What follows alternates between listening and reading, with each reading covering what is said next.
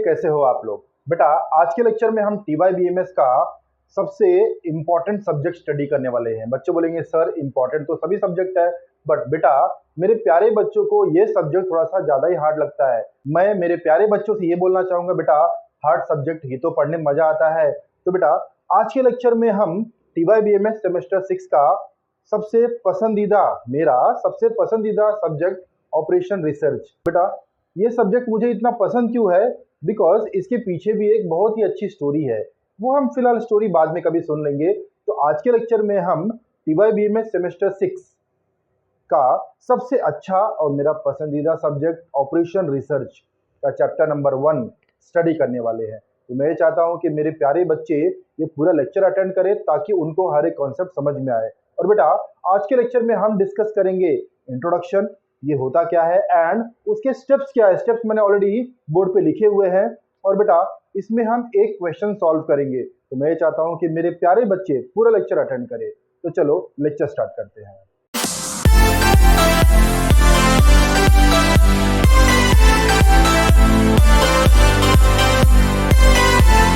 Chapter का नाम है बेटा लीनियर प्रोग्रामिंग। इसको हम LPP शॉर्ट में बोलते हैं, लीनियर प्रोग्रामिंग प्रॉब्लम पार्ट 1। आज के लेक्चर में हम डिस्कस करेंगे कि हम इक्वेशन किस तरह से फॉर्मुलेट कर सकते हैं। लीनियर प्रोग्रामिंग का इक्वेशन हम बेटा किस तरह से फॉर्मुलेट कर सकते हैं। तो जैसे कि मैंने ऑलरेडी स्टेप लिखा हुआ बोर्ड पे, तो मैं आपको समझाता हूँ कि स्टेप किस तरह है। बट उससे पहले मैं बताऊंगा कि लीनियर प्रोग्रामिंग मोस्टली यूज कहाँ पे होता है, हम कहाँ पे इसको यूज कर सकते हैं। बेटा ये मैन्युफैक्चरिंग मतलब जहाँ पे गुड्स का प्रोडक्शन होता है वहाँ पे यूज होता है कि मुझे कितने टाइम में कितना प्रॉफिट रिकवर करना है, मतलब मैक्सिमाइजेशन ऑफ प्रॉफिट, और मुझे कॉस्ट कितना मिनिमाइज करना है, मतलब कम से कम मुझे कॉस्ट का यूज करके मैक्सिमम प्रॉफिट अर्न करना है। तो ये चैप्टर ये हम मैन्युफैक्चरिंग के लिए यूज करते हैं। तो यहाँ पे आपको मैंने कुछ स्टेप्स दिए हुए हैं। जैसे कि स्टेप नंबर 1 क्या है, find the key decision, that is look for variable. मतलब आपने कौन से टाइप का गुड्स का प्रोडक्शन किया हुआ है उसको आप नाम दोगे। For example goods A, goods B, product A, product B, product P, product Q, आप इस तरह से उसका नाम दोगे। Then step number 2, right decision variable and assign them symbol x1, x2, x3 etcetera. आपने प्रीवियस क्लास में पढ़ा होगा कि किस तरह से हम इक्वेशन फॉर्म करते हैं। या तो बेटा देखो लीनियर इक्वेशन 2 वेरिएबल में होता है, एक x और y। For example x plus Y is equal to 9, ये भी एक टाइप का लीनियर रिग्रेशन है, लीनियर प्रोग्रामिंग है। तो उसी तरह से हम बेटा यहाँ पे x1, x2, x3, मतलब अगर 3 टर्म है तो आप x1, x2, x3 लोगे, और 2 टर्म है you will take x1 and x2। Then step number 3, identify the objective function. ये मैक्सिमाइजेशन वाला है या फिर मिनिमाइजेशन वाला है। बच्चे बोलेंगे सर मैक्सिमाइजेशन एंड मिनिमाइजेशन हम किस तरह से वहाँ पे चूज कर सकते हैं, किस तरह से फाइंड आउट कर सकते हैं। बेटा अगर आपको वहाँ पे प्रॉफिट दिया हुआ है तो वो मैक्सिमाइजेशन वाला रहेगा। क्यों? बिकॉज आप कोई भी गुड्स का प्रोडक्शन करते हो तो आपको प्रॉफिट मैक्सिमाइज होता है, मतलब आपको प्रॉफिट मिलता है, और आप कम से कम टाइम में कम से कम कॉस्ट में ज़्यादा प्रोडक्शन करना चाहोगे। तो कम से कम टाइम मतलब मिनिमाइजेशन, या फिर कम से कम कॉस्ट में इट इज ऑल्सो मिनिमाइजेशन। तो जब कभी भी प्रॉफिट रहेगा तो मैक्सिमाइजेशन वाला रहेगा, एंड जब कभी भी कॉस्ट या फिर टाइम रहेगा बेटा वो मिनिमाइजेशन वाला रहेगा। तो वहां पे आपको आइडेंटिफाई द ऑब्जेक्टिव फंक्शन, ये मैक्सिमाइजेशन है या फिर मिनिमाइजेशन है। Then identify the constraint and express them in linear equation. आपको जो भी इंफॉर्मेशन दिया है उसे लीनियर इक्वेशन में फॉर्म करना है with the help of x1, x2 and x3। Last non negativity, मतलब जो भी आप इक्वेशन फॉर्म करोगे वो माइनस में नहीं होना चाहिए, या फिर 0 या फिर मोर देन 0। तो बेटा इसी के बेस पे हम एक क्वेश्चन सॉल्व करते हैं, और वो क्वेश्चन सॉल्व करने पे आपका पूरा पिक्चर क्लियर हो जाएगा सर ये चैप्टर में है क्या। चलो क्वेश्चन देखते हैं।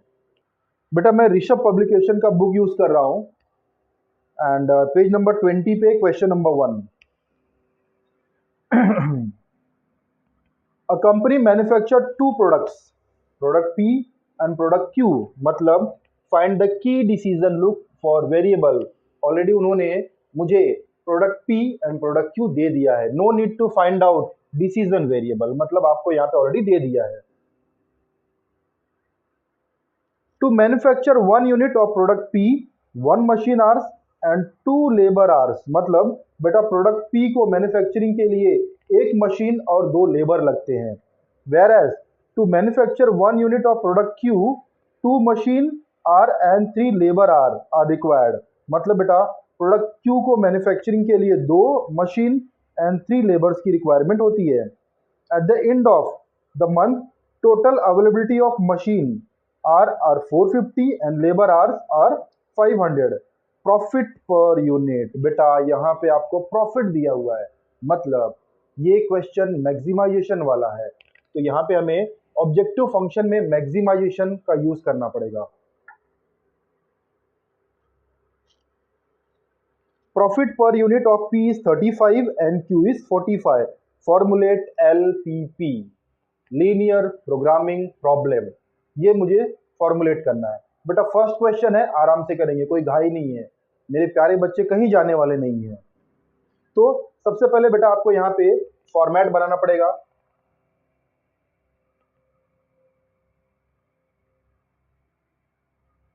It is a product and here product P, product Q and maximum availability.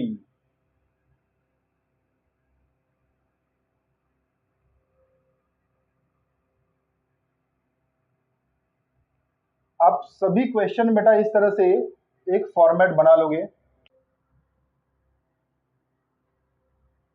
तो यहां पे बेटा product P and product Q, it is a machine and it is a labor, and right over here profit.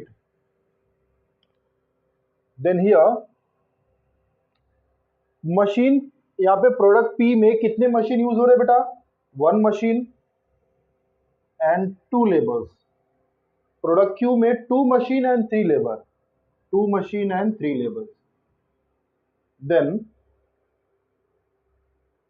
Total availability of machine 450। बेटा ये यहाँ पे ध्यान दोगे आप, ये मैक्सिमम वाला क्वेश्चन है, तो आप क्या करोगे यहाँ पे लेस देन टाइप, जब कभी भी मैक्सिमम रहेगा वहां पे लेस देन टाइप यूज करोगे, लेस देन और equal to 450 and here 500। Less than और इक्वल टू, लेस देन और इक्वल टू, क्यों? बिकॉज ये प्रॉफिट है एंड प्रॉफिट में हम मैक्सिमाइजेशन यूज करते हैं।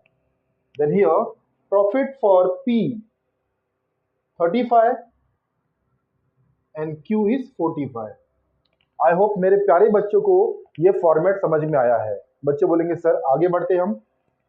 तो सबसे पहला स्टेप क्या है? Find the key decision, that is look for variable. तो यहाँ पे आपको 2 प्रोडक्ट दिए गए हैं। 2 प्रोडक्ट कौन कौन से सर? एक प्रोडक्ट P, दूसरा product Q। Product P and product Q. Then write decision variable and assign them symbol, that is x1, x2, x3।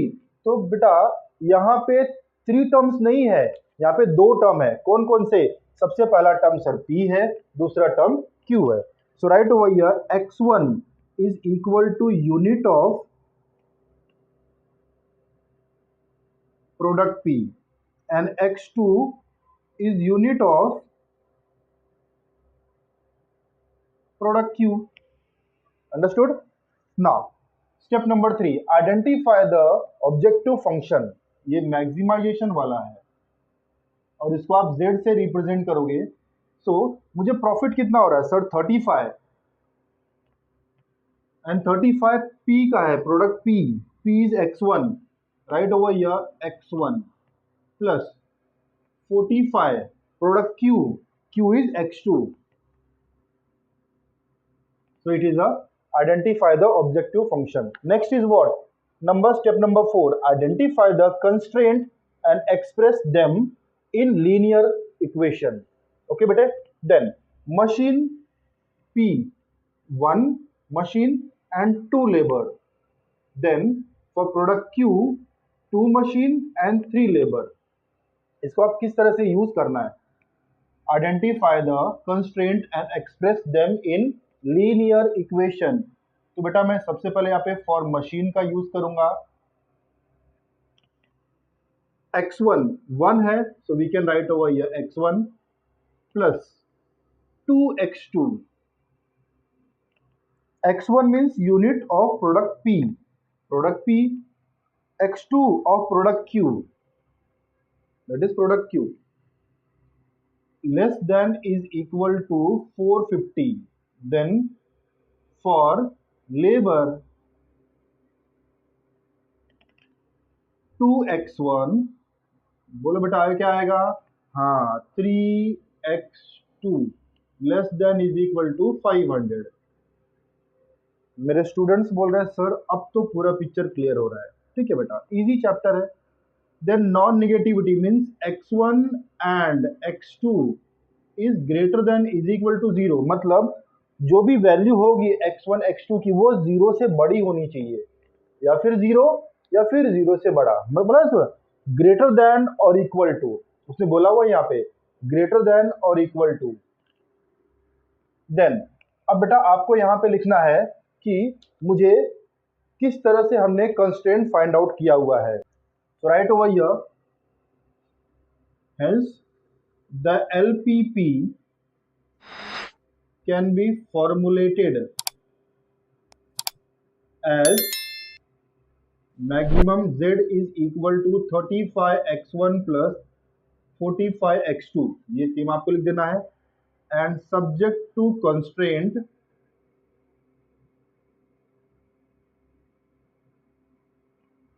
Same ये x1 plus 2x2 less than और equal to 450, 2x1 plus 3x2 less than और equal to 500, और यहां पे आप बेटा non negativity भी लिख दोगे